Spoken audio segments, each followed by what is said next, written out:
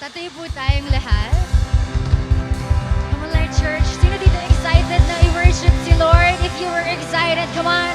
We will sing this song to God. Come on. Hey. Praise the name Jesus. Hallelujah. Wanna give you what you deserve and hold nothing in reserve. No matter how I'm feeling, I still believe it's what you deserve. All my praise belongs to you. All my praise belongs to you.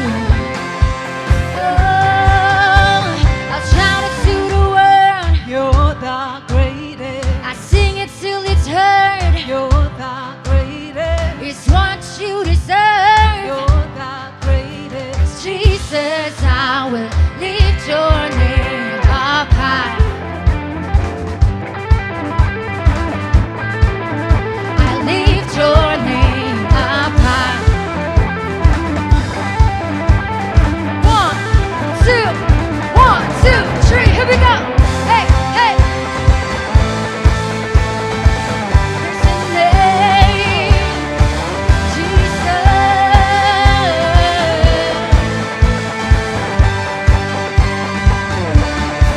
Wanna give you what you deserve and hold nothing in reserve.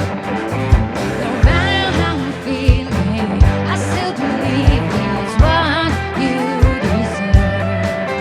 My praise, yeah, belongs to you. All my praise belongs to you. Shout it out. I'll shout it to the world. You're the greatest. I sing it till it's heard. You're the greatest. It's what you deserve. You're the greatest. Jesus, I will lift your name. Come on. I'll shout it to the world. You're the greatest. I sing it till it's heard. You're the greatest. It's what you deserve. You're the greatest. Jesus, I will lift your name up high. I lift your name up high. Oh, 1, 2, 1, 2, 3. Here we go. Hey, hey, hey, hey. Whoa. We praise your name. We praise your name, Jesus. But we sing let everything that has breath praise the Lord. For He is worthy to be praised. Everybody shout unto the Lord. We lift you higher. We lift you higher. Sing in one accord. For you are worthy to be praised. Everybody shout unto the Lord. Come on, let everything that has breath praise the Lord. Let everything that has breath praise the Lord. For He is worthy to be praised. Everybody shout unto the Lord. We lift you higher. We lift you higher. Sing in one accord. For you are worthy to be praised. Everybody shout unto the Lord. Yeah. You're the greatest. Come on, we declare. You're the greatest, Jesus. You're the greatest, Jesus. I will lift your name up high. Hey, hey, hey, hey, hey. Come on. I lift your name up high, Jesus. Come on, let's church in 1, 2, 1, 2, 3. Everybody jump, jump, jump, jump, jump, jump, jump, jump, jump, jump, jump. Lift your name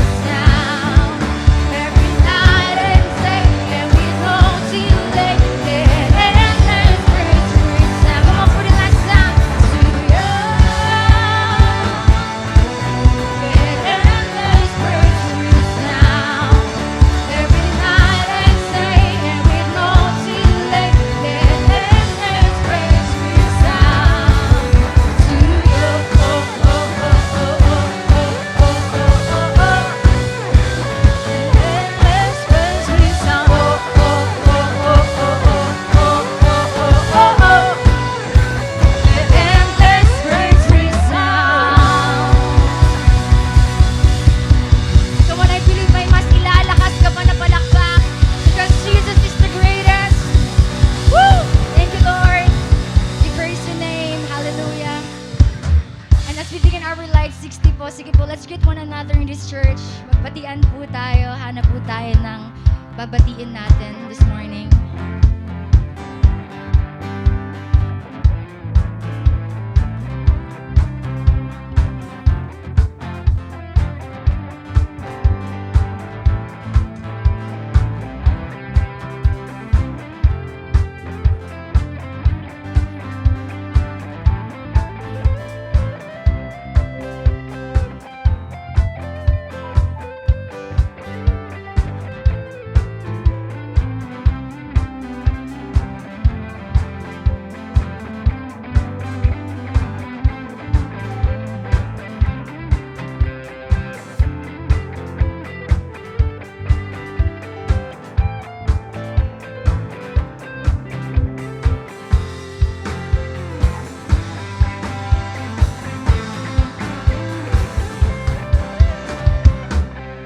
Ayan, hallelujah! A blessed morning, Light family. Ayan, we can truly feel that the joy in this place is overflowing and the warmth of the presence of the Lord ay tunay nga pong ramdam na ramdam ng bawat isa. Amen po ba? Amen. Ayan, from our worship to our Light 60, kitang-kita na po sa mga ngiti ninyo ang pagmamahal ng Panginoon. Kaya naman po, bilang sukle sa pagmamahal ng Panginoon na binigay niya sa atin ngayong linggo, pwede po ba nating ibigay sa Kanya ang deserve niyang palakpak at praise? Hallelujah! At dahil dyan, maaari na po tayong magsiupo. Thank you so much.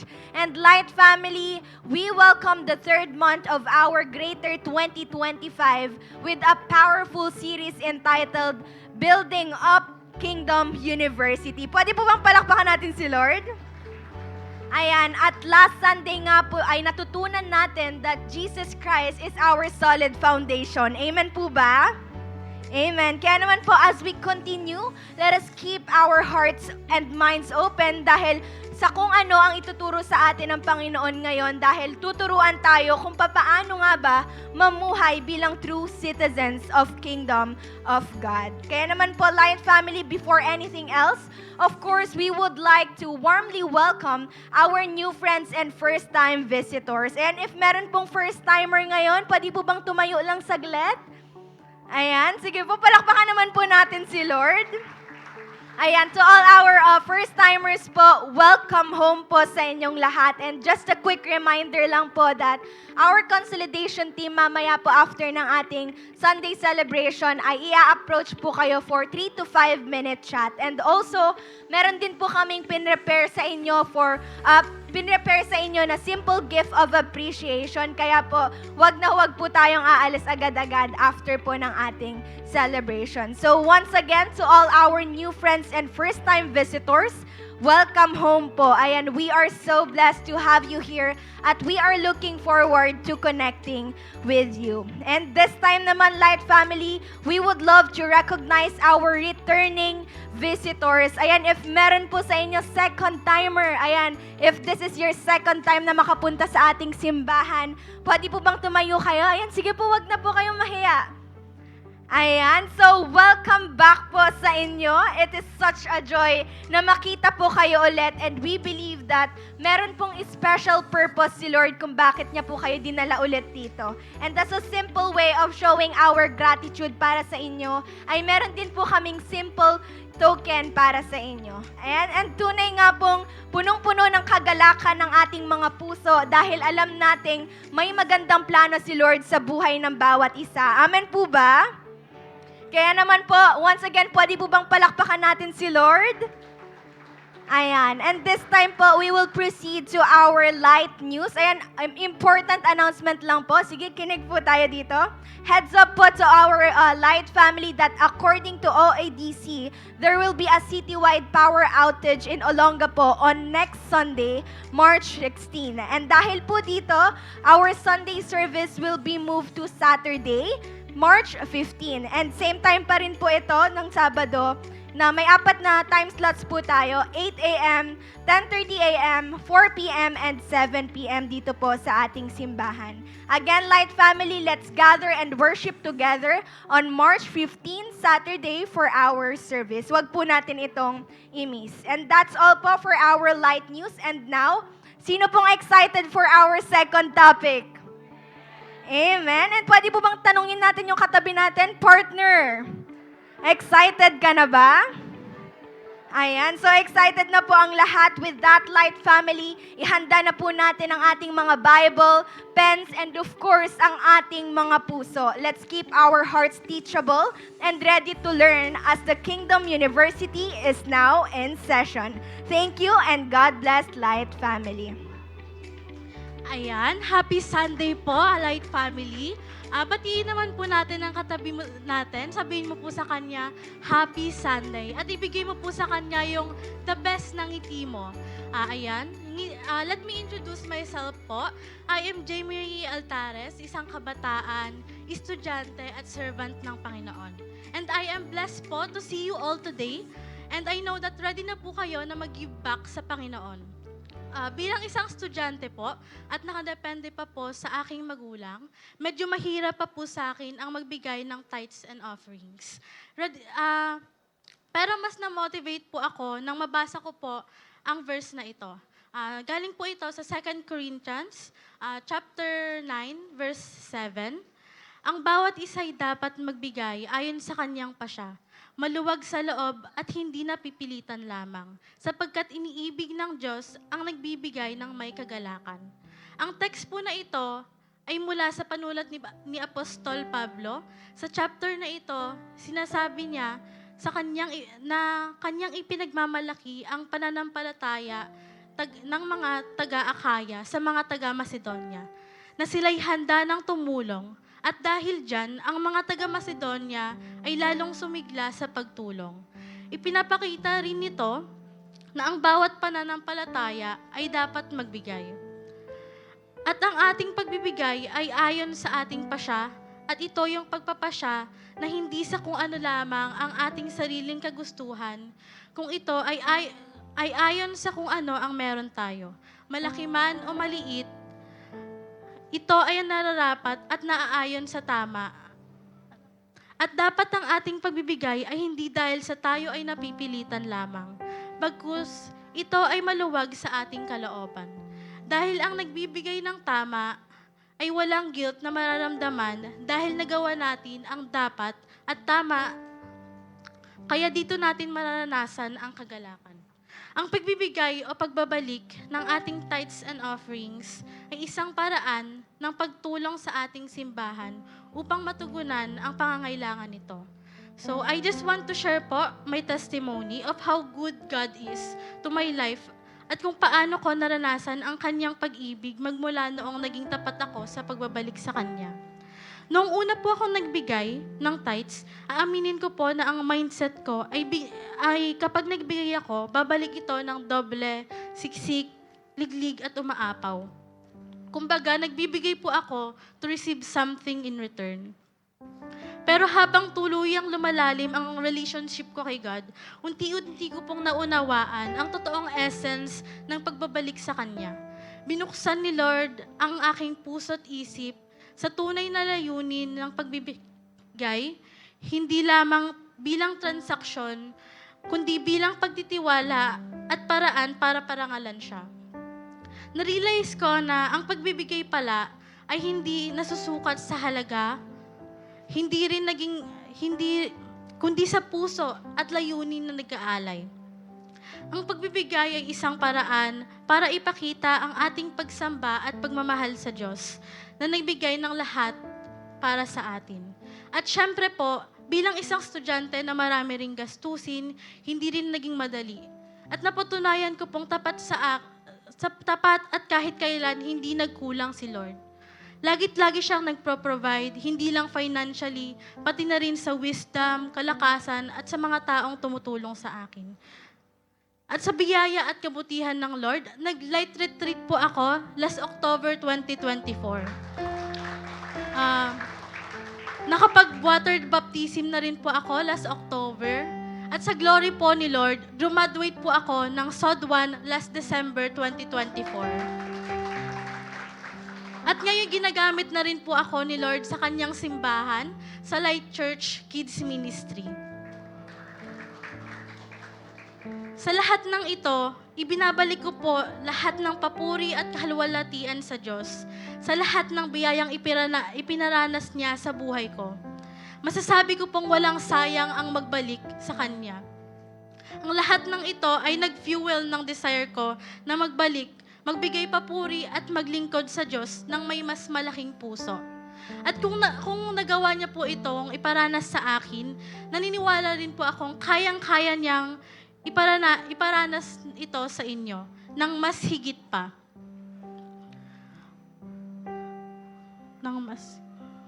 Higit sa anumang bagay, si Lord ang tunay na nagpro-provide at tapat siya sa kanyang mga pangako. Lagi nating tandaan, iniibig ng Diyos ang nagbibigay ng may kagalakan. And as we prepare po our tithes and offerings, I will lead you to a prayer po. Ayoko po tayo. So, Heavenly Father, thank you so much po sa opportunity, God, sa privilege po na magbalik sa inyo.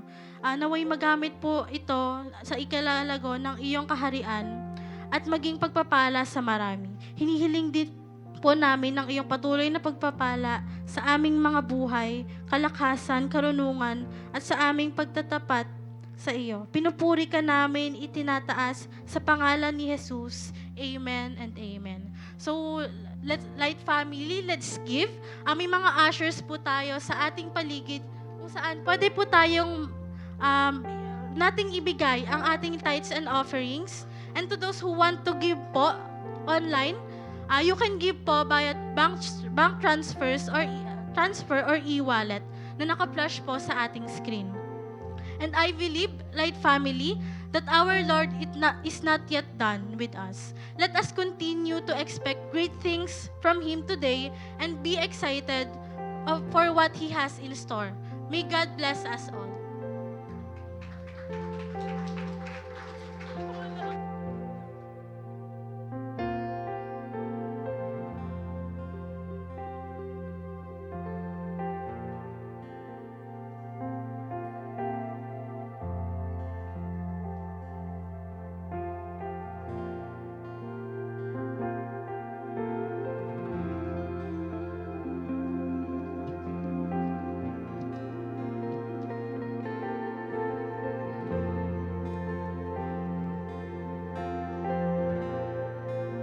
Sige po, tatayo tayong lahat at patuloy tayong magpuri sa Panginoon. Pwede ba sa oras na ito, patuloy nating iluhod ang ating mga puso sa Lord.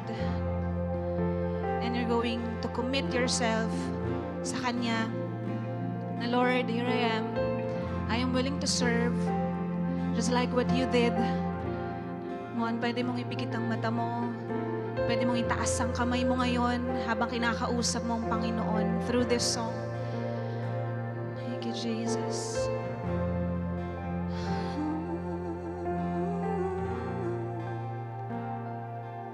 Salamat sa'yo, Jesus.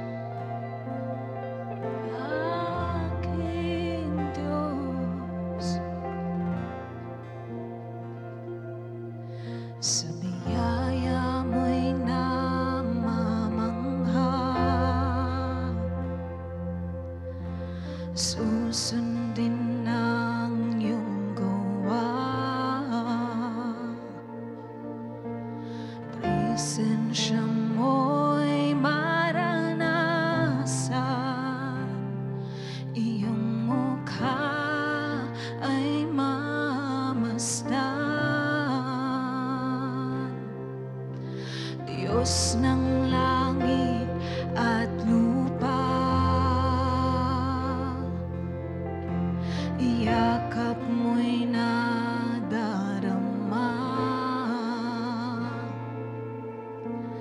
Pag-ibig mong inialay, Diyos, ika'y kamangha-mangha.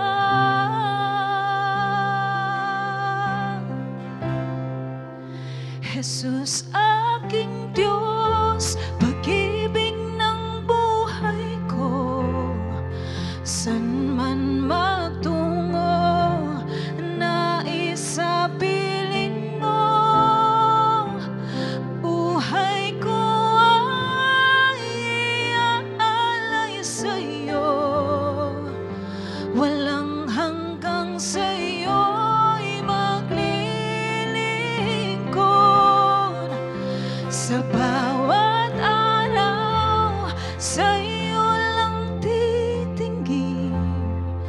Kalooban mo ang aking gagawin. Pusong tapat sa kilikhain, ika'y susundin, yayakapin, ika'y susundin.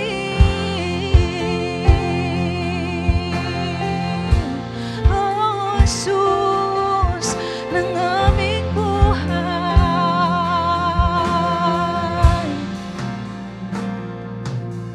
Sa biyaya mo'y namamangha,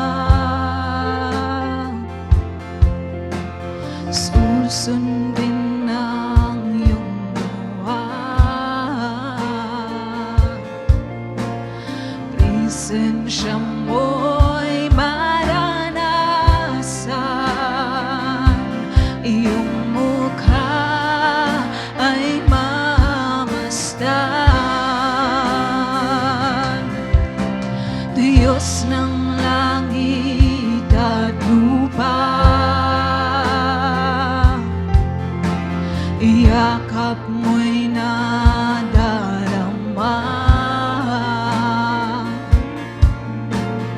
Pag-ibig mong inialay,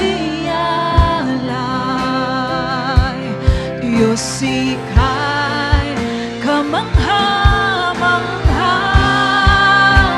Jesus aking Diyos, pag-ibig ng buhay ko.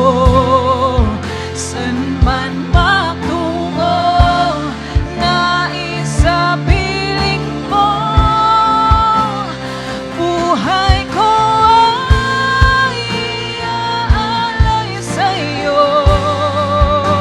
Walang hanggang sa'yo'y maglilingkod.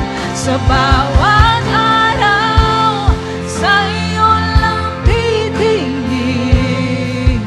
Kalooban mo ang aking gagawin. Pusong tapat sa kilikhain, ika'y susundin, yayakapin. Oh, ika'y susundin. Oh, Jesus, ika'y susundin, Panginoon.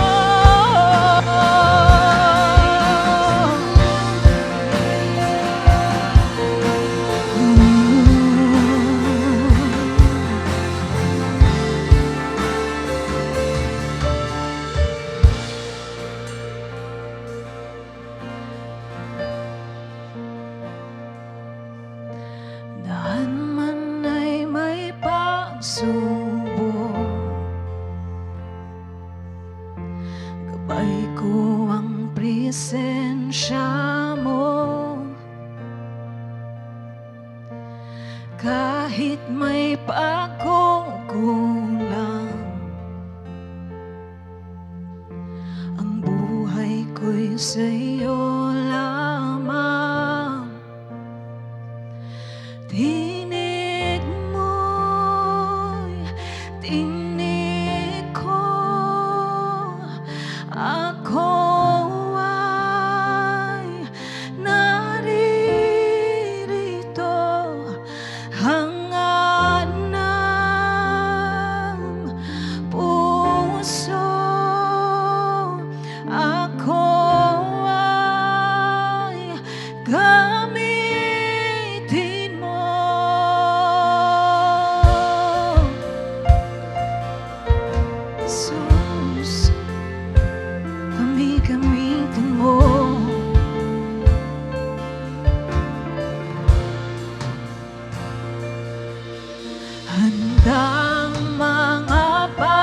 lahat ko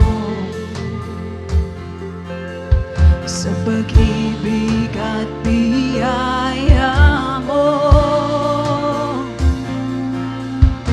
Hangad ko ay makita ka, oh, sa buhay ko'y kumilos ka. Dinig mo, dinig ko, ako ay narito. Hangad ng puso,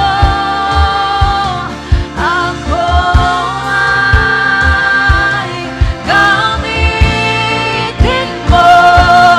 Dinig mo, dinig ko, ako ay naririto. Hangad ng puso, ako ay gamitin mo.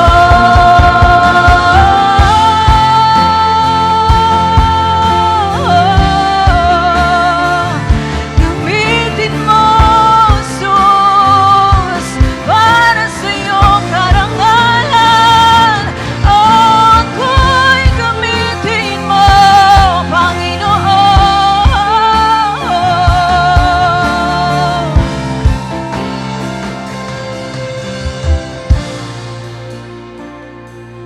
Ang puso at buhay ko'y ibibigay sa'yo. Lahat, lahat sa'yo. Ang puso at buhay ko'y alay sa'yo. Lahat, lahat sa'yo. Ang puso at buhay ko'y ibibigay sa'yo. Lahat, lahat sa'yo. Ang puso at buhay ko'y alay sa'yo. Lahat, lahat sa'yo. Ang puso at buhay ko'y ibibigay sa'yo. Lahat, lahat sa'yo. Ang puso at buhay ko'y alay sa'yo. Lahat, lahat sa'yo. Ang puso at buhay ko'y ibibigay sa'yo. Lahat, lahat. Ang puso at buhay sa'yo, Jesus. Alay sa'yo. Lahat, lahat sa'yo,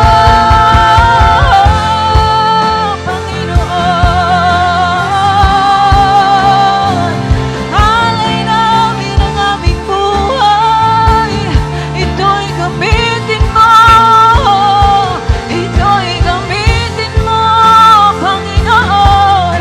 Itong aming dalangin, oh Jesus.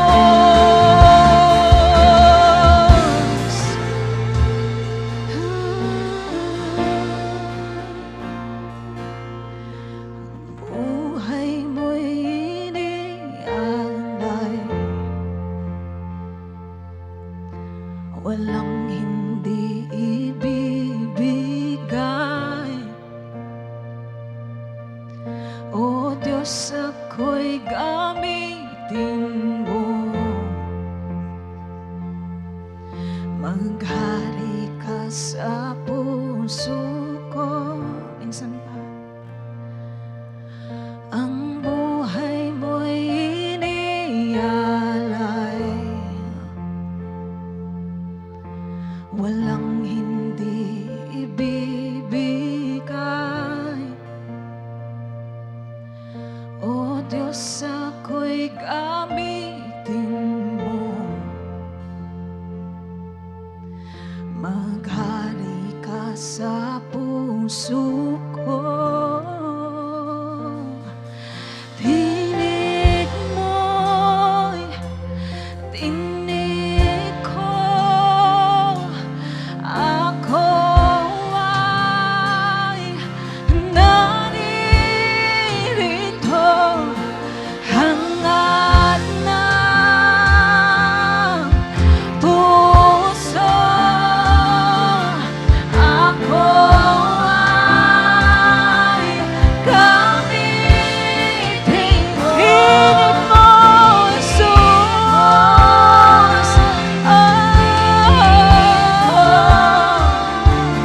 Ako ay naririto.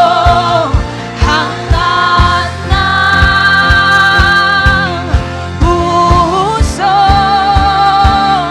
Ako ay gamitin mo. Ang puso at buhay ko'y ibibigay sa'yo. Lahat sa'yo. Ang puso at buhay ko'y alay sa'yo.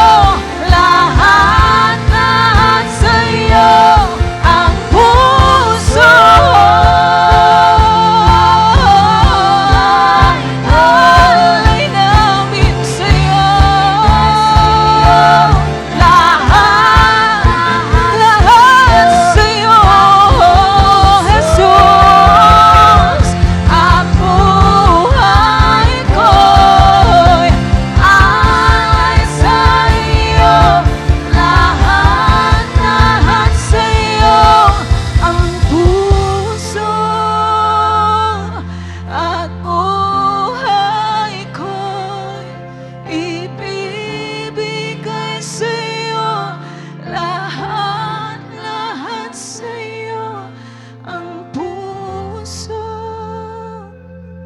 at buhay ko ay sa'yo. Lahat sa'yo.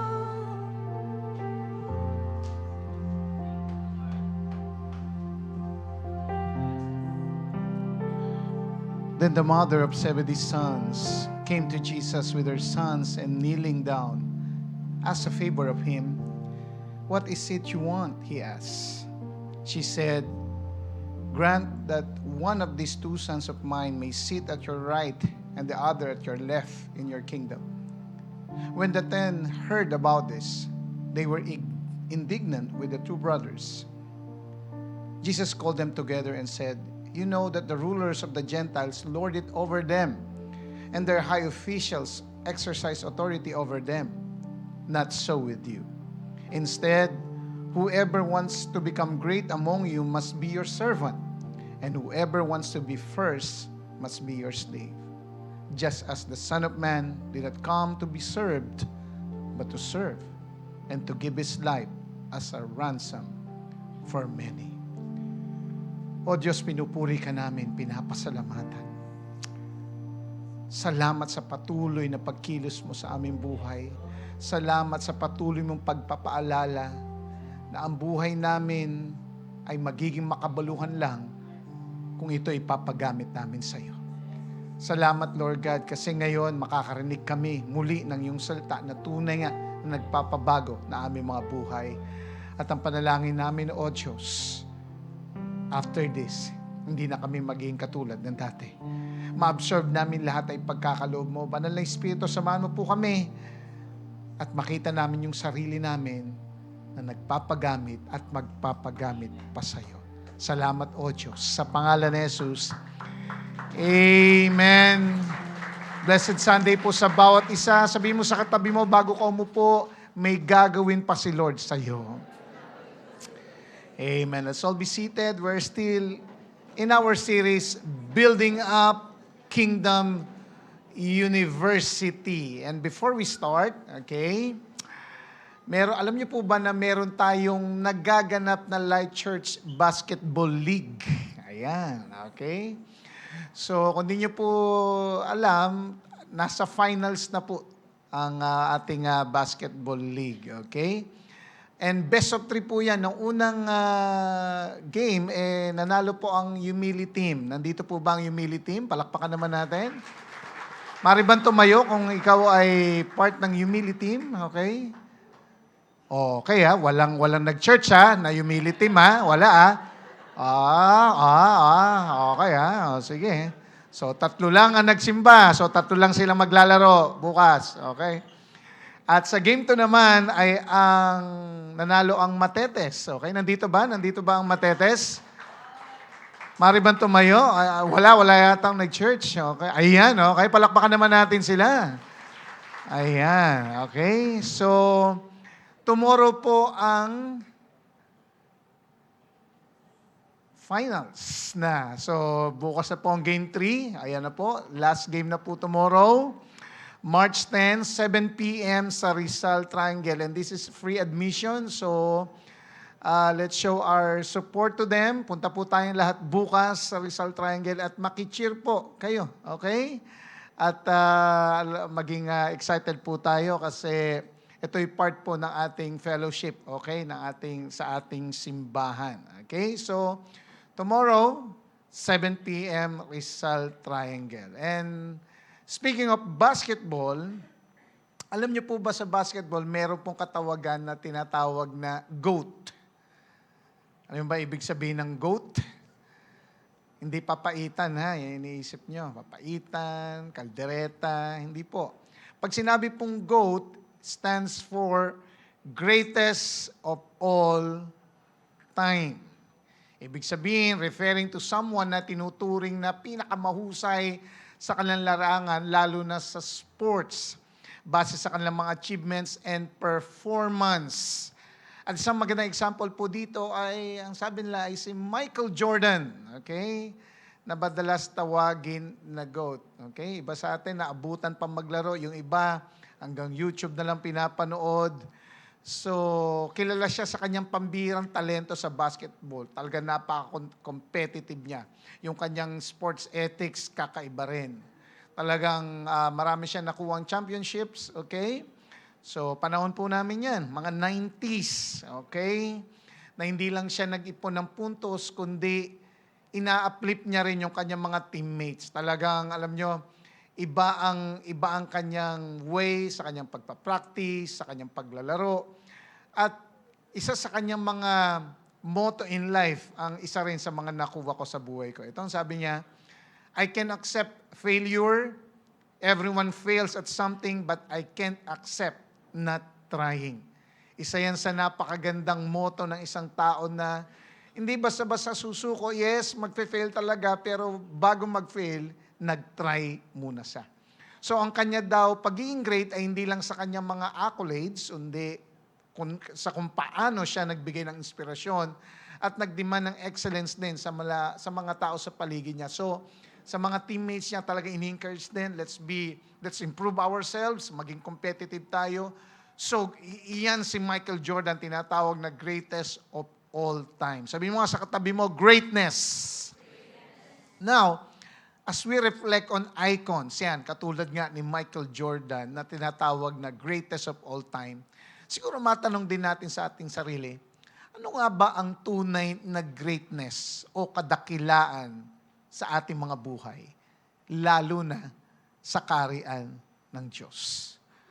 You know, sa isang culture na kadalasang ini-equate ang greatness sa kapangyarihan at recognition, well, ini-invite tayo ni Jesus na i-embrace ang different understanding pagdating sa greatness. Kaya nga today, hindi lang natin alamin ang tunay na greatness, kundi i-build up pa natin ito sa ating mga buhay. Are we all still excited?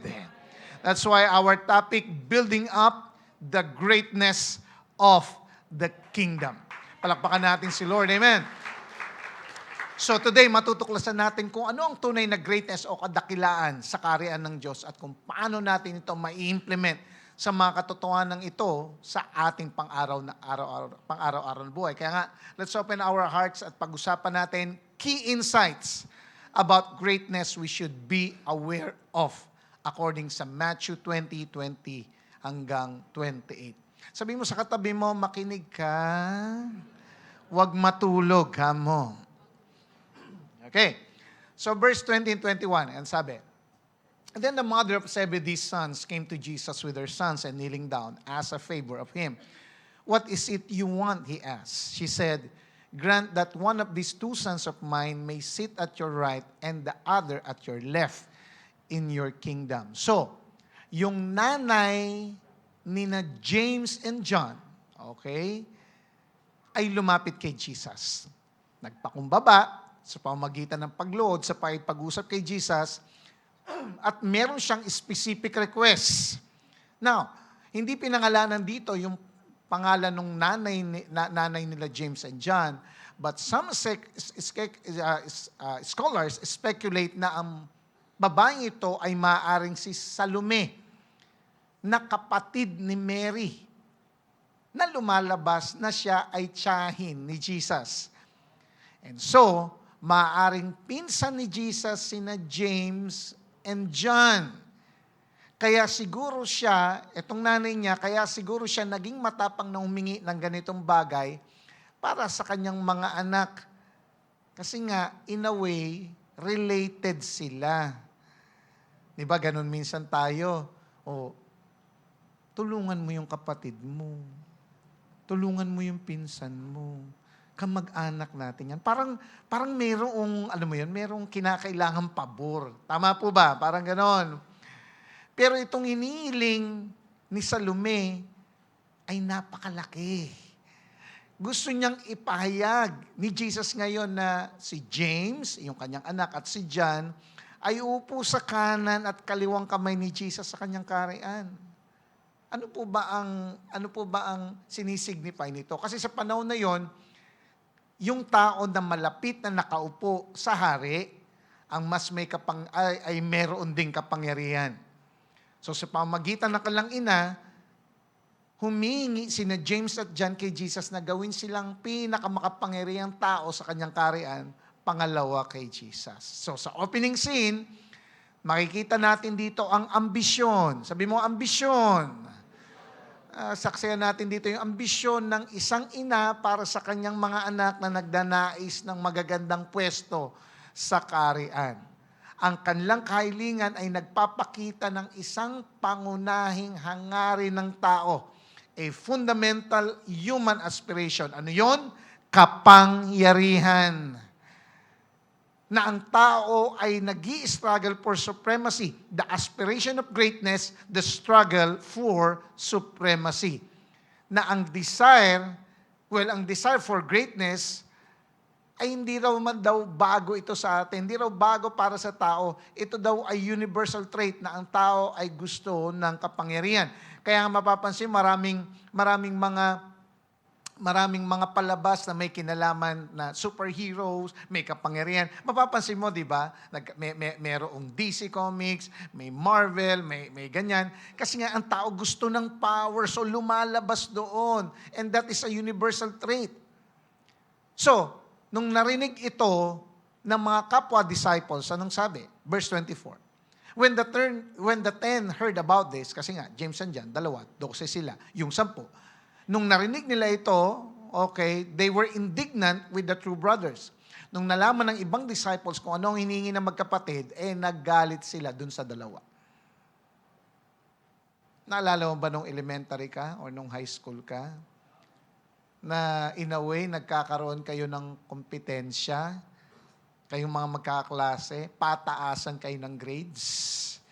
Okay, kasi gusto mo makapasok sa honor roll, magkaroon ng medalya. Diba? Na nagiging grade conscious ka na. Okay? Walang masama po doon. Kaso nga, dahil gusto mong maging on top, nandun ka sa top 1, kahit yung mga pinagbabawal na technique, ginagawa mo na, nangungodiko ka na, nangungopya ka na. Ano pa, di ba? Para lang tumaas yung grade. Kaya nakakalungkot, baka maybe hanggang ngayon, pagdating din sa trabaho mo, dahil nakikipagsapalaran ka sa promotion, gagawin mo na rin lahat. Okay, kahit ano yon, basta umangat ka, ibabagsak mo yung iba. Well, ang aspiration na ito, of course, ay magdudulot ng conflict at sama ng loob. At yan ang nangyayari sa mga disciples that time. Na parang inuungusan tayo nitong ni James and John na. Hindi dapat ganon. Well, disclaimer lang, ang mga disciples ay hindi lamang naghanap ng posisyon, sila rin ay nakikipaglaban sa kanilang identity at significance sa loob ng kaharian. Na sila ay nag-aaway-away na noon tungkol sa kung sino sa kanilang greatest. Malamang iniisip nila na ang kanilang mga posisyon kapag nagkaroon na ng political kingdom si Jesus dito sa lupa. Kasi akala nila na si Jesus ay nagtatayo ng revolusyon. Nagtatayo siya ng isang revolusyon para pabagsakin ang Roman Empire. Na actually, etong mga disciples, sinusubukan lang itago ang kanilang pagtatalo kay Jesus nung mga panahon na yon. Pero sa pagkakataong ito, sina James and John ay gumamit ng strategy. At ang kanilang strategy ay ang kanilang nanay. Nay, bili mo nga akong tinapay. Bili mo nga akong kape. So, yung kanilang koneksyong pampamilya kay Jesus, ang sinubukan nilang gamitin for their favor sa kingdom. Listen, wala namang problema sa pagdi-desire ng greatness. Nagiging problema lang ito kapag nagli-lead na ito sa self-serving attitude or pagiging makasarili. Amen. Now, ano naging response si Jesus nung nakita niya nagagalit na ang 10 sa mga sons of thunder? Kasi tinawag silang sons of thunder. Okay, hindi yan. Okay, sila James and John, dahil nga sila sa tindi ng ng aspiration na ganito. So anong sabi sa kanila? Verse 25 and 26. Jesus called them together and said, you know, that the rulers of the Gentiles, sabi ni Jesus, lord it over them, and their high officials exercise authority over them. Not so with you. So in this verse, pinapakita ni Jesus ang worldview o worldly view ng leadership. The worldly view of greatness, yung subjugation. Tingnan mo. May makikita kang 2 verbs na nagde-describe ng authority. Yung una is lord it over. Pag sinabi nating lord it over, sa Greek is Kyriou. Pambira, dito pala nakuha ni Kyrie ang kanyang pangalan. Lord it over. In Greek is Kyriou.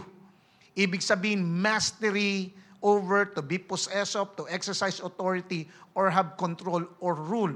Pambira, Kyriou. Yung pala ibig sabihin ng pangalan niya. Lord it over.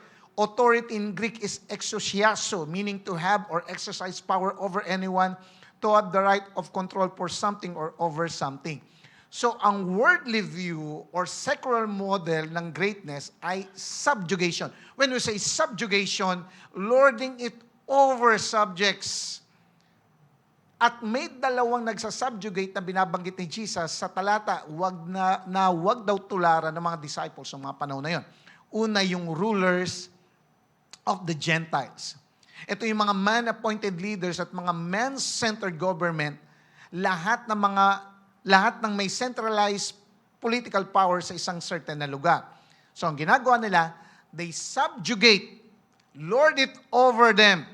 Nag-exercise sila ng power sa mga nasasakupan nila na yun minsan ang kanilang object for corruption and abuse. Okay? Sa kanyang kapangyarihan. Dahil nga, the more na mataas ang position, the more silang nagiging abusado sa kanilang mga subjects. Pangalawa is the high officials, so exercise authority over them. So binigyan sila ng kapangyarihan ng someone na mataas sa kanila. It is because may contribution sila sa isang lugar. Nagbibigay sila ng ambag financially sa society. Ine-exercise lang nila ang kanilang kapangyarihan doon sa mga pumapayag na kilalanin ang kanilang authority. Yun bang gumagawa lang siya ng mabuti sa isang lugar upang magkaroon siya ng honor and recognition, upang mag-gain ng respect at galangin siya as official.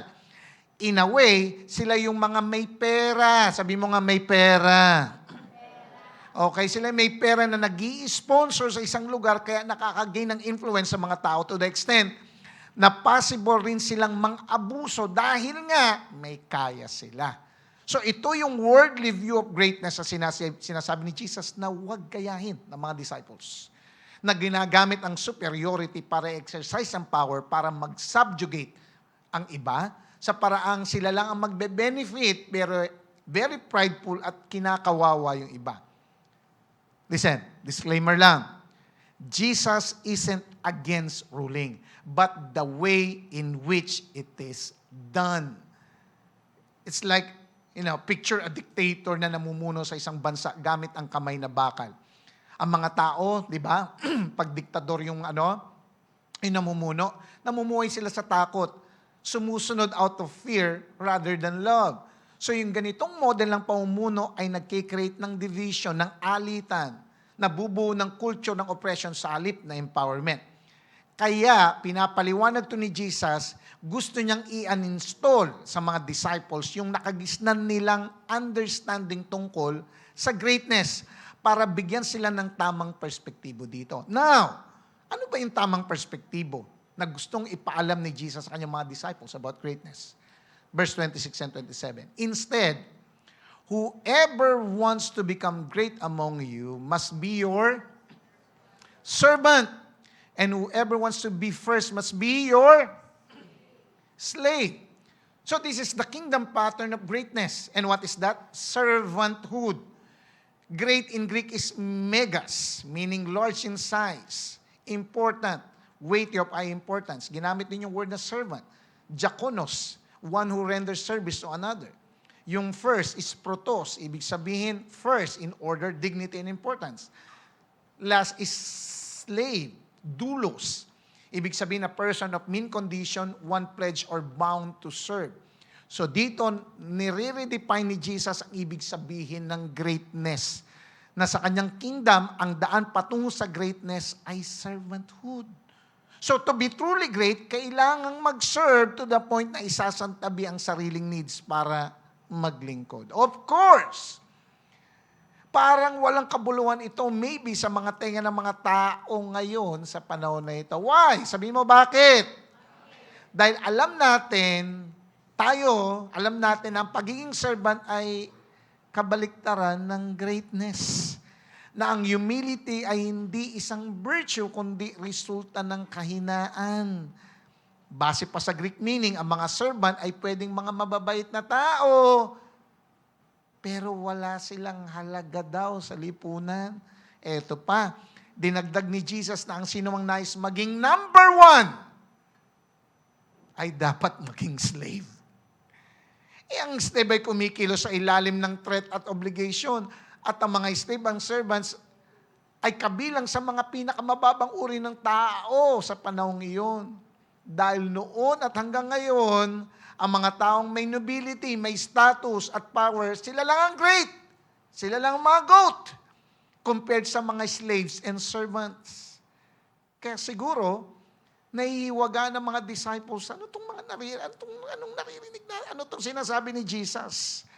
Kasi kabaliktaran ito sa kanilang perspective.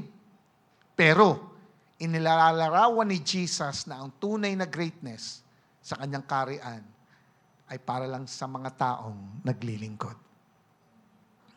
Kung mapapansin mo, tingnan mo, hindi kinuman ni Jesus ang kanyang mga disciples na, "Hoy, tumigil na kayo! Huwag na kayo mag-away. Kompetensya kayo ng kompetensya. Tumigil na kayo." Hindi niya in-stop, okay? Yung kanyang mga disciples. Hindi niya ginulat katulad ng katabi mo. Hindi niya pinay-stop, kundi inilarawan niya sa kanila kung paano matatagpuan ang greatness. na hindi ito darating sa pamamagitan ng kapangyarihan, posisyon, or authority ng style ng mundo, kundi sa pamamagitan ng pagtugon sa pangailangan ng isa't isa, tulad ng ginagawa ng mga alipin sa kanilang mga amo. So, ang kingdom pattern or model for greatness, again, is servanthood. Amen. Servanthood. Now, ang tanong, sino ang kusang loob na mamumuhay ng ganitong paraan? Sino may kayang gawin yan? Well, sinasabi ni Jesus sa susunod na verse, kung sino ang greatest na nag-model nito. Verse 28, just as the Son of Man did not come to be served, but to serve, and to give His life as a ransom for many. So the greatest model of greatness is none other than the Son of Man, Jesus. Napaka-powerful ng declaration na ito na pinisent ni Jesus ang kanyang sarili, hindi ang ibang tao bilang modelo ng greatness. Na siya ay naparito sa mundo hindi upang paglingkuran, kundi upang maglingkod. At ialay ang kanyang buhay para maligtas ang tao. Ito yung pinakapuso ng gospel na ito talaga exactly ang buhay na pinili niya. Ano? Ang paglingkuran tayo. Amen. Yung title na Son of Man ay pagpapakita ng buong pagkatao ni Jesus, ang kanyang papel bilang Messiah sa pagtupad ng prophecy at ang kanyang mission ng servanthood, paglilingkod at kababaang loob.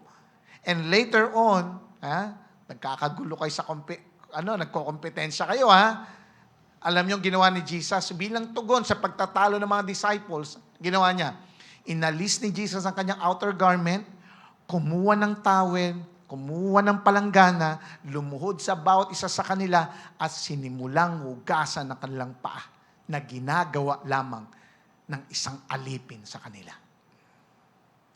Amen? Maaari ba natin palakpakan si Lord?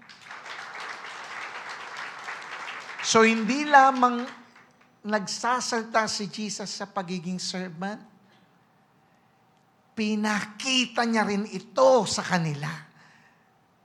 May mga kilala kasi tao tayo, magaling lang magsalta pero hindi nakikita sa gawa. Pero itong si Jesus, sinalita, ginawa. Isang matinding testimony ito na hindi kailanman malilimutan ng mga disciples that Jesus is the greatest servant. Alam mo ba, nakita rin siya ni Prophet Isaiah. Hindi pa na ipapanganak si Jesus para magkatawang tao. Nakita na siya ni Prophet Isaiah bilang suffering servant. Na makikita natin sa Isaiah 52 and 53 na nakita niya mismo ang Panginoong Yesus na magiging servant. Na dadalhin ang kasalanan ng tao, mamamatay doon sa cross dahil sa ating mga kasalanan. He is the righteous servant na i-justify ang maraming tao. So dumating siya para kusang ibigay ang kanyang sariling buhay bilang pantubos sa kasalanan ng tao. Ang kamatayan ni Jesus sa cross, ang ultimate act of service by the greatest human ever to live. Tandaan natin na hindi ginamit ni Jesus ang word na servant lightly at hindi niya ito ginamit figuratively lang, kundi ginawa niya ito literally. Amen! Siya ay namuhay bilang servant ng Amang Diyos kahit siya, by nature, ay Diyos. Pinaliwanag yan sa Philippians 2:5-11. Ano sabi? Who, Jesus, being in a very nature God, did not consider equality with God something to be used in His own advantage. Siya ang ginagawa ng mga high officials and rulers of the Gentiles. Pero ang ginawa ni Jesus, He made Himself nothing, taking the very nature of a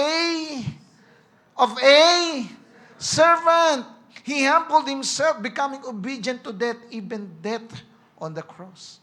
So, ang kanyang sacrifice ay nagpapakita ng tunay na greatness. Ang kanyang naging buhay ay continuous act of service. Kaya nga tinatawag ni Jesus sa mga disciples. At ang lahat namang may pananampalataya kay Christ na sundan ang parehong landas para ma-build up ang greatness sa kanilang mga buhay. And what is that? Ang paglilingkod. Question. Sino po dito maraming natutunan? Alakpakan nga natin si Lord. Ako po naniniwala na china-challenge tayong lahat ni Jesus to rethink our understanding of greatness. Na sa kanyang kingdom, ang true authority is about serving. Greatness is not about position, but about influence through love and sacrifice. Kaya nga, sa ating natutunan na ito, hindi pwedeng may natutunan ka lang, pero wala kang gagawin. Kaya nga, wala tayong ibang gagawin kundi, number one, serve the King and His kingdom. Romans 12:11, never be lacking in zeal, but keep your spiritual fervor, serving the Lord. Ang sabi, mamuhay daw tayo na may sigla, mamuhay tayo na may focus, mamuhay tayo na may intentional at positibo tungkol sa ating purpose na ano? Ang paglingkuran ang Diyos na nagbigay ng buhay sa atin. At makita natin yung sarili natin na itong simbahan na ito na blessing sa atin ng Panginoon as an outlet para mag-serve tayo sa Kanya. Makita natin yung sarili nating masigasig na naglilingkod sa Diyos. Na panatilihin natin yung ating naglalagablab na pagsiserve. Na huwag dumating sa time na tayo'y maboard at lumamig sa paglilingkod. Why? Kasi ang Diyos ang nagbibigay sa atin ng energy. Ang hirap naman kasi, binubukas natin ang ating energy sa maraming bagay dito sa mundo, pero hindi natin minsan nabubuhos ang ating energy sa paglilingkod sa Kanya. Kaya nga, start to pray, ask God na i-reveal ang mga opportunities pa para makapag-serve kay Lord with enthusiasm and dedication. Look for ways. Tanungin mo si Lord, Lord, saan mo ako gusto na mag-serve para sa iyo? Saan dito sa church nais mo kong gamitin na makakatulong ako for the expansion of your kingdom? Gustuhin nawa natin na hindi manatiling miyembro lang. Amen?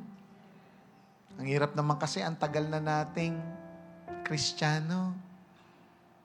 Pero hindi pa tayo nakakapaglingkod talaga sa Diyos. Hanapin natin yung sarili natin kung paano tayo mas magagamit sa karya ng Diyos ang ating buhay.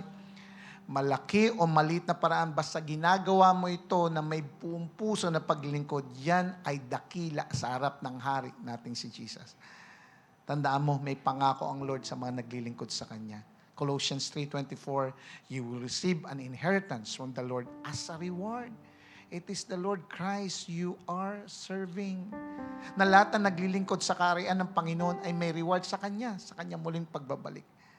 Listen, kapatid, matagal na panahon na naglilingkod tayo sa pinuno ng mundo. You know what? Every time na gumagawa ka ng maayos dito, like for example, tumatawid ka sa pedestrian lane, that is simple act ng paglilingkod mo sa gobyerno. Tama po ba? Hindi ka nga pala tumatawid sa pedestrian lane. Okay, sorry. Basta anything na sumusunod ka sa gobyerno, ikaw ay naglilingkod sa leader ng mundo. Pero kailan mo bibigyan ng time ang sarili mo na makita mo, oo, naglilingkod ka sa mundo, naglilingkod ka sa gobyerno, pero kailan mo makikita yung sarili mo na naglilingkod dun sa lumikha ng mundong ito? Pakitapik mo nga yung katabi mo. It's about time, come on. Amen. Maglingkod tayo sa hari ng mga hari. Ang bira, mamamatay ka na lang, di ka pa naglilingkod sa Kanya. Si Jesus naglingkod. Amen? Ang hari ng mga hari naglingkod. Tapos tayo, kukuya-kuya-kuy lang dyan. Sige, bibigyan ka ng karapan, hindi na tapikin, sampalin mo na. Sabi mo, maglingkod ka na.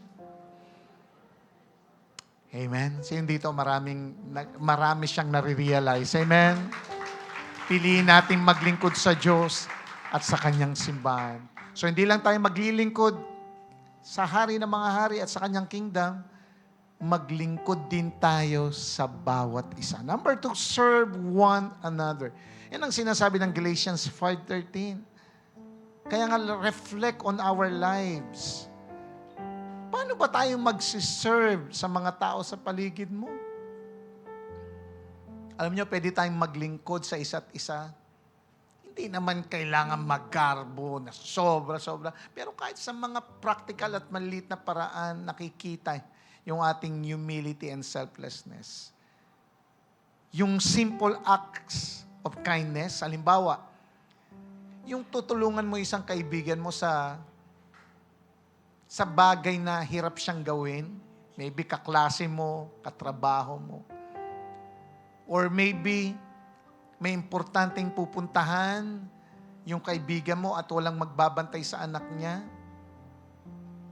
Yung pagpipray, pagpasyal sa kaibigan mo o kakilala mo na may sakit, tapos dadalan mo pa siya ng, nasa hospital siya, magdadala ka ng something na pagkain. Pagpapakita na nagmamalasakit ka sa kanyang kalagayan. Also, being a good listener provides emotional support. Yung pagka-counsel sa isang taong hindi niya na alam yung gagawin niya sa buhay, malaking tulong yan sa kanyang pag-overcome at paggaling. Alam mo sa sarili mo, nung panahon na namumroblema ka at wala kang kausap at walang kumakausap sa'yo, ibalik yan sa iyong kaisipan na it's about time na ako rin naman. Gamitin ng Lord yan. Yung pagbibigay ng mga encouraging words, whether through verbal talk or sa messenger, alam mo ba kayang mag-uplift yan sa taong nawawalan na ng pag-asa? Yung any physical acts of service tulad ng pagtulong sa kapwa mo, kakilala mo na matanda na, nahirap ng kumilos. Yung umaakyat dyan sa church, alam mong matanda, inungusaw pa, muntik na nahulog sa ilog.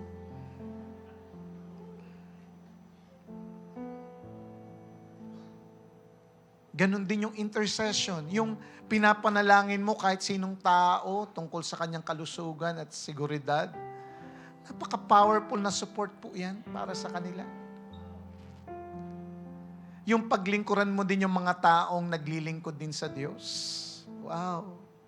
Volunteering, pag-invest ng time and effort para matulungan ang kapwa, or anything na alam mong mag-exert ka ng effort na may lalabas sa sakripisyo sa'yo. Yan ang totoong paglilingkod, na may willingness kang tulungan kahit sino pa siya. Kahit di mo pa siya kamag-anak, hindi mo pa siya kaibigan. Dahil alam mo may pangailangan siya, nagagawin mo yon kahit wala kang inaasahang kapalit.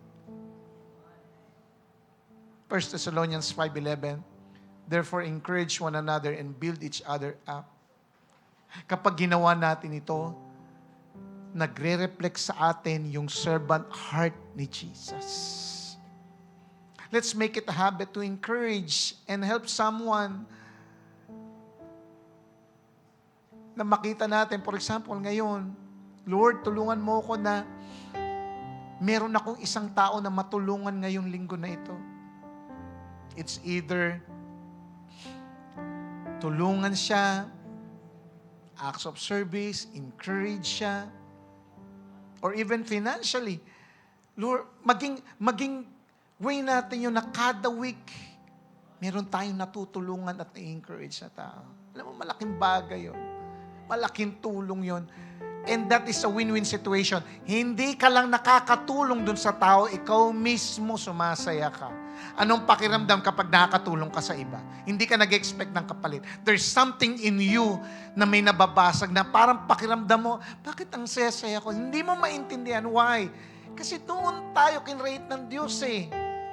Paglingkuran ang isa't isa.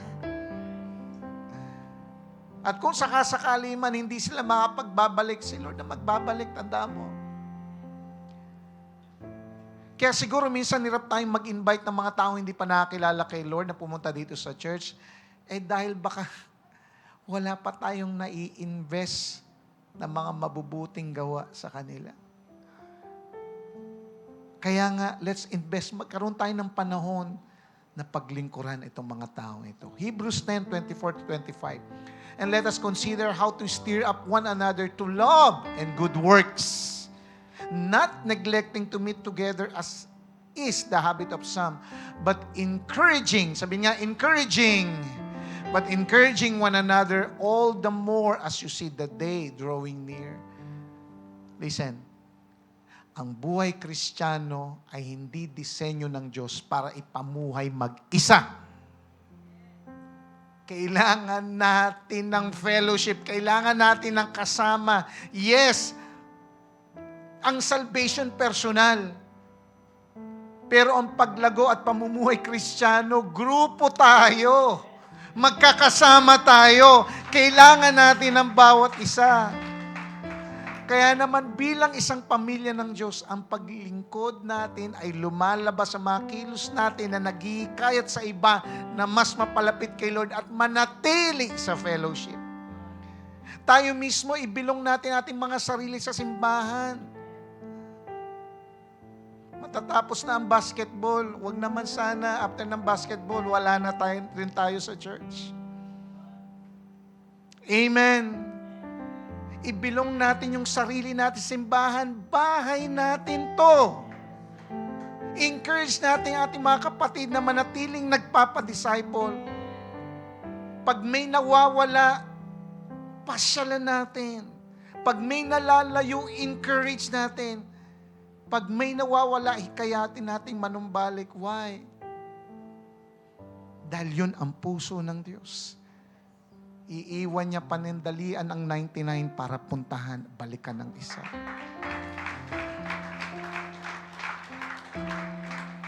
Tandaan na ang paglilingkod ay bahagi ng buhay natin kay Kristo. That's why building up service demonstrate the greatness of the kingdom. Ang totoong greatness ay ang pagbibuild sa ating buhay ng kultura ng paglilingkod. Ephesians 4:11-12. So Christ Himself gave the apostles, the prophets, the evangelists, the pastors, and the teachers. For what? To equip His people for works of service, so that the body of Christ may be built up. So ang overall mission namin mga pastor, ang ihanda ang mga anak ng Diyos para mag-serve. Ang overall mission namin mga pastor ay ihanda ang mga anak ng Diyos para mag-serve. Wala kaming pakialam sa mga hindi anak ng Diyos. Hindi sila mag-serve. But if you are saying to yourself, I am a child of God, anak ako ng Diyos, then you are about to serve. Tuturuan namin kayo, ititrain at sasanayin para maglingkod for building up the body of Christ. At tandaan natin, hindi lang kami mga pastors and leaders ang naglilingkod, kundi tayong lahat ay may bahaging paglilingkod sa karya ng Diyos dahil binigyan tayo ni Lord ng mga spiritual gifts to serve. Tandaan na kapag tayo ay hindi naglilingkod, malapit na malapit tayo para sirain ng demonyo. Pambira. Matagal na tayo nagpapagamit sa mundo. Magpagamit naman tayo kay Kristo. Kapag hindi tayo nagpapagamit sa Diyos, mundo ang gagamit sa atin. Doon hihinto ang ating paglago. Kaya nga ngayong araw na ito, mga kapatid, let's be reminded na pagkatapos ng pagsuko ng buhay kay Jesus, kasunod noon ay ang paglilingkod. Kailangan nating maglingkod. Hindi pwede ang hari ng mga hari ay naglingkod, tapos tayong kanyang mga anak ay hindi. Alam nyo, kapag tayo ay naglilingkod, tayong lahat ay mabibuild, mag-grow in maturity at madidisciple. Tandaan mo, na as we serve, we reflect the greatness of God's kingdom. Tinatawag tayo to build each other up. Empowered tayo ng example ni Jesus about servanthood. Listen. Listen. Kinig po tayo. You are destined for greatness. And that's why you are destined to serve. You want to be great? Then serve the Lord. Tandaan mo, ang papalakpakan sa kaharian ng Diyos ay ang mga nagsiserve. Because they are the greatest people na may ginawa dito sa mundo. Dito sa mundo, pinapalakpakan ang mga galing. Sa anumang estilo meron sila. Pero sa kaharian ng Diyos, ang papalakpakan, ang mga number one, ang mga champion, ang mga GOAT, ay ang mga naglilingkod sa Diyos. Remember that the call to servanthood is not merely a suggestion, it is a command that redefines our purpose as followers of Christ. Nakakilala kay Jesus, maglilingkod ka kay Jesus. Serve, whether in your job, sa iyong trabaho, sa iyong bahay, sa simbahan na ito, let's do it for the glory of God. Tatayo po tayong lahat. Now the question, ano ang nangyari sa kayabangan at pagnanais para sa mataas na posisyon nila James and John? Ano ang nangyari sa kanila? Alam mo ba na sa kanilang pagtanda, unti-unti nilang natutunan, itong si James and John ang tunay na kahulugan ng greatness at servanthood. Napagtanto nila na ang tunay na greatness, ang tunay na kadakilan ay hindi nakasalalay sa kapangyarihan, kundi sa pag-alis sa sariling interes para makapaglingkod. Alam mo ba si James sa huli ay naging martyr, pinatay dahil sa kanyang paglilingkod. Habang si John naman ay nagpakita ng pagmamahal at malasakit sa kanyang mga kapatid sa pananampalataya hanggang siya ay namatay, naging halimbawa siya ng matibay na paglilingkod. Tandaan mo, ang kanilang karanasan at pagbabago ay nagpatibay sa marami pang mananampalataya na ipakita ang kalagahan ng paglilingkod. Na maging sentro ito ng buhay ng isang Kristiyano. Na tayong lahat na natututunan natin ngayon na ang greatness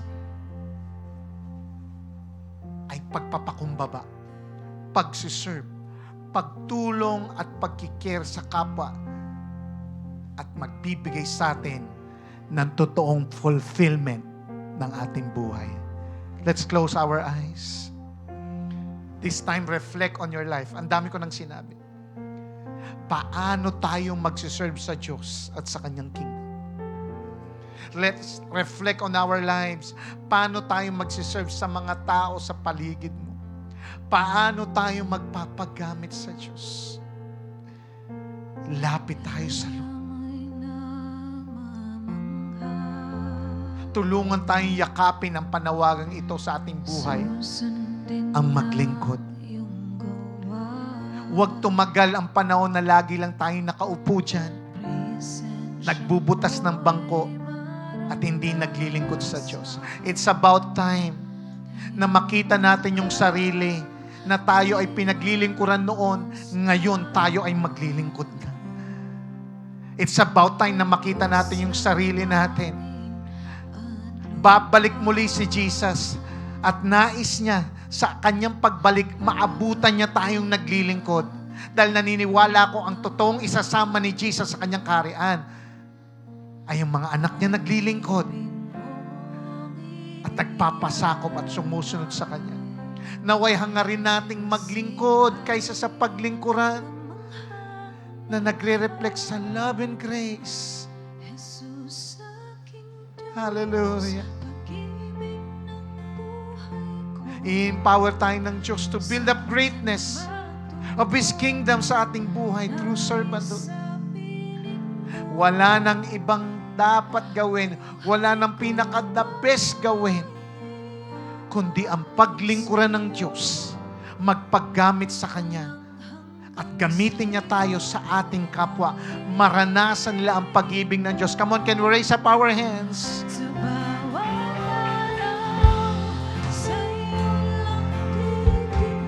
Pag hindi ka naglingkod sa Diyos, mundo ang gagamit sa iyo.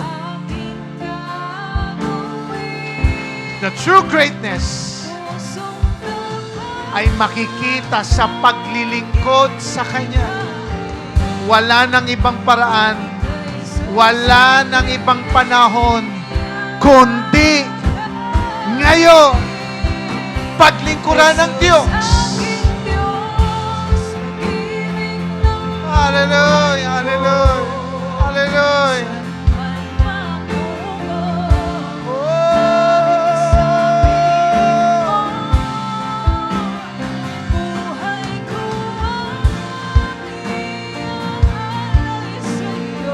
Hallelujah.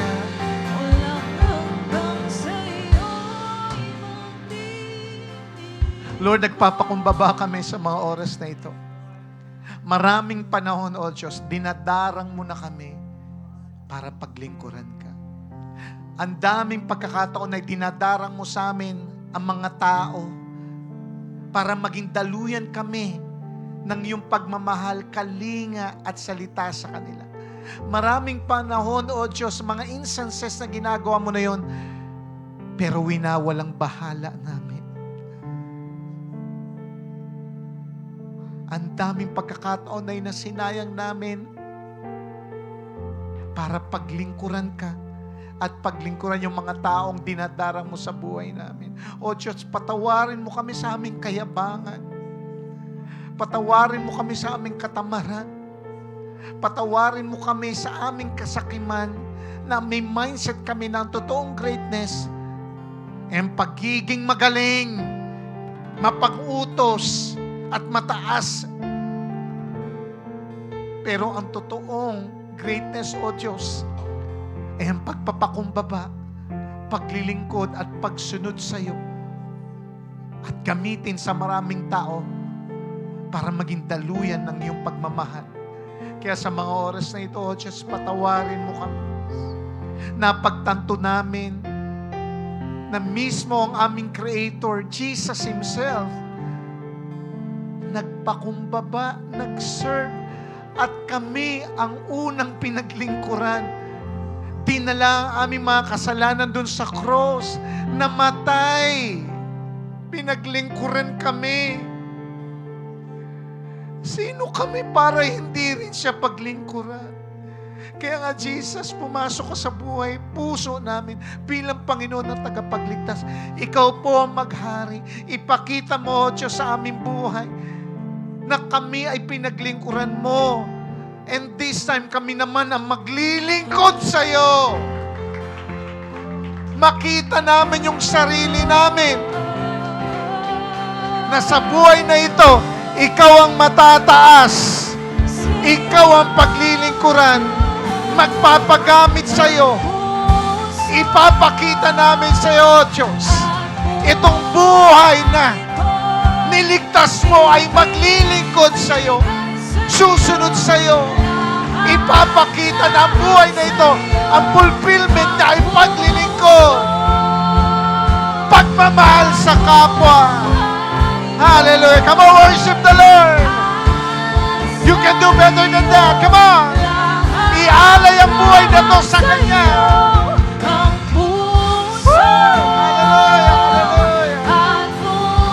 Maglilingkod! Maglilingkod!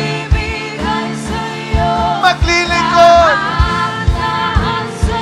Hallelujah!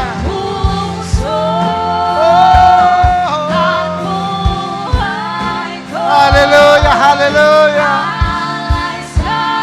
Hallelujah!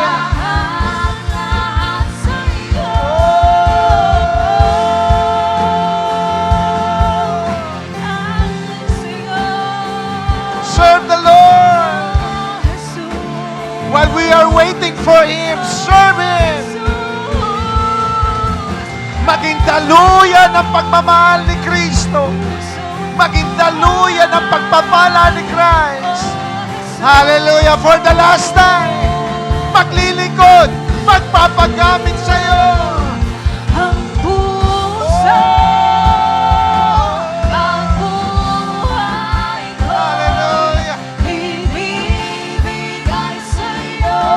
Lahat sa iyo. Sa iyo lang, O Ang Diyos. puso, ang buhay ko,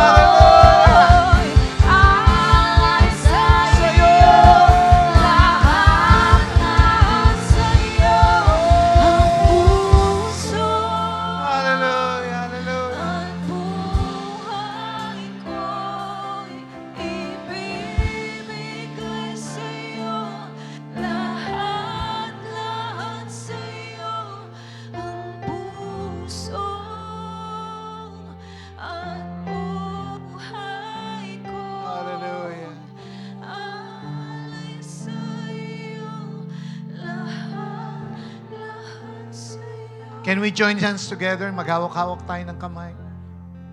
Bilang isang simbahan, tayo ang reflector ng pag-ibig ng Diyos sa mundo. Ako naniniwala na tayong lahat bilang simbahan ang gagamitin ng Lord para iparamdam sa maraming tao sa labas na ang Diyos ay mapagmahal, na ang Diyos ay mapagkalinga, na ang Diyos ay mapagpatawad. Hindi nila maranasan ang pag-ibig ng Diyos, pero tayo ang gagamitin ng Diyos para maranasan ito. Naniniwala ako sa mga oras na ito, this week, marami tayong pagpapakitaan ng pag-ibig ng Diyos. We will serve them. Ipaparamdam natin kung sino si Lord sa kanila through our words, through our hugs and embrace, through our encouragement. Marami ang makakilala sa Panginoon through us. At naniniwala ako, bago tayo gamitin ng Diyos sa labas, tayo mismo unang-una ang nagmamahalan dito sa Lord. Tayo ay magmamahalan dito sa loob. Tayo ay magsiserve sa bawat isa dito. Magmamahalan kung sino pa man siya. Dahil tayong lahat ay magkakapatid sa Panginoon. Dahil naniniwala tayo, tayo ang gagamitin ng Diyos. Wala nang iba. Hanggang sa kanyang pagdating, maabutan niya tayong naglilingkod at sumusunod sa Kanya. Hallelujah! Lord, salamat po sa ginawa mo ngayong araw na ito. Nakikita namin na may gagawin ka pa sa aming buhay. Maglilingkod kami sa iyo. The best is yet to come. Hallelujah! There's a reason to celebrate. Hallelujah! Hallelujah. Come on, let's continue to praise the name of the Lord in this place. Ayun po, sa lahat po ng hahabol ng kanilang tithes and offerings, sa harap na lang po sa ating basket. Shout to the world, you're the greatest. Sing it till it's heard. You're the greatest. Want you to serve. You're the greatest. Jesus, I will lift your name. Shout it to the world. You're the greatest. Sing it till it's heard. You're the It's greatest. what you deserve. You're the greatest. Jesus, I will lift your name on high. Hey, hey, Jesus, lift your name high. 1, 2, 3, go. Everything that has breath, praise the Lord. Oh, He's worthy to be praised. Everybody shout unto the Lord. We lift you higher, sing in one accord. You are worthy to be praised. Everybody shout unto the Lord. Let everything that has breath praise the Lord. Oh, He's worthy to be praised. Everybody shout unto the Lord. We lift you higher, sing in one accord. Oh, you worthy to be praised. Everybody shout unto the Lord. Amen. Praise the Lord. Hallelujah. Sabihin mo sa katabi mo, hindi kita makikita dito sa Sunday, ha? Sabihin mo sa katabi mo, ayaw kitang makita dito sa Sunday. Come on. Kasi ang simba natin, Saturday. Okay? Dahil walang kuryente, so Saturday tayo, March 15. Parehas pa rin ang oras, 8, 10:30, 4, and 7. Yung mga wala po dito na kusabihan ninyo, Saturday po yung simba natin. Kaya baka umaten sila dito sa Sunday, kita nila, na-rapture na ata, ako na lang naiwan. Okay? Kaya, sabihan po natin sa inyo. Also, tomorrow po, if you have time, let's go sa Rizal Triangle. Supportahan po natin itong ating mga kapatiran na nagbabasketball. Hallelujah. Taas ating mga kamay. Lord, salamat po sa ginawa mo sa amin. Salamat sa mensahe mo, O Diyos, na kaming lahat ay maglilingkod sa iyo, maglilingkod sa iyong karian, at gagamitin mo sa maraming tao. Paglingkuran din sila para maranasan nila ang pag-ibig mo, O Diyos. Palain mo po ang bawat isa, ang bawat pamilya, yung mga nag-aaral, nagtatrabaho, may business, Lord God. Let your favor be upon them. Kung may karamdaman po, O Diyos, ikaw po ang magpagaling. At naniniwala ako, O Diyos, sa aming paglilingkod, O Diyos, may magbubunga ito sa aming buhay. Isang buhay na fulfilled, O Diyos, dahil ikaw ang aming pinaglilingkuran. Ibalik mo kami sa Sabado, March 15, O Diyos, at mag-i-invite pa kami dahil ang iyong salita ay tunay, nagpapabago at magpapaganda na aming buhay. Salamat, O Diyos. Ingatan mo kami sa aming pag-uwi. Receive the blessings from the Lord. The Lord bless you. The Lord keep you. Make His face shine upon you and be gracious to you. The Lord turn His face toward you and give you peace. Lord, sa iyo po ang papuri at salamat. All glory belongs to you. In Jesus' name. Amen. Magkamayan po tayo. See you next Sunday. God bless us all. See you Saturday.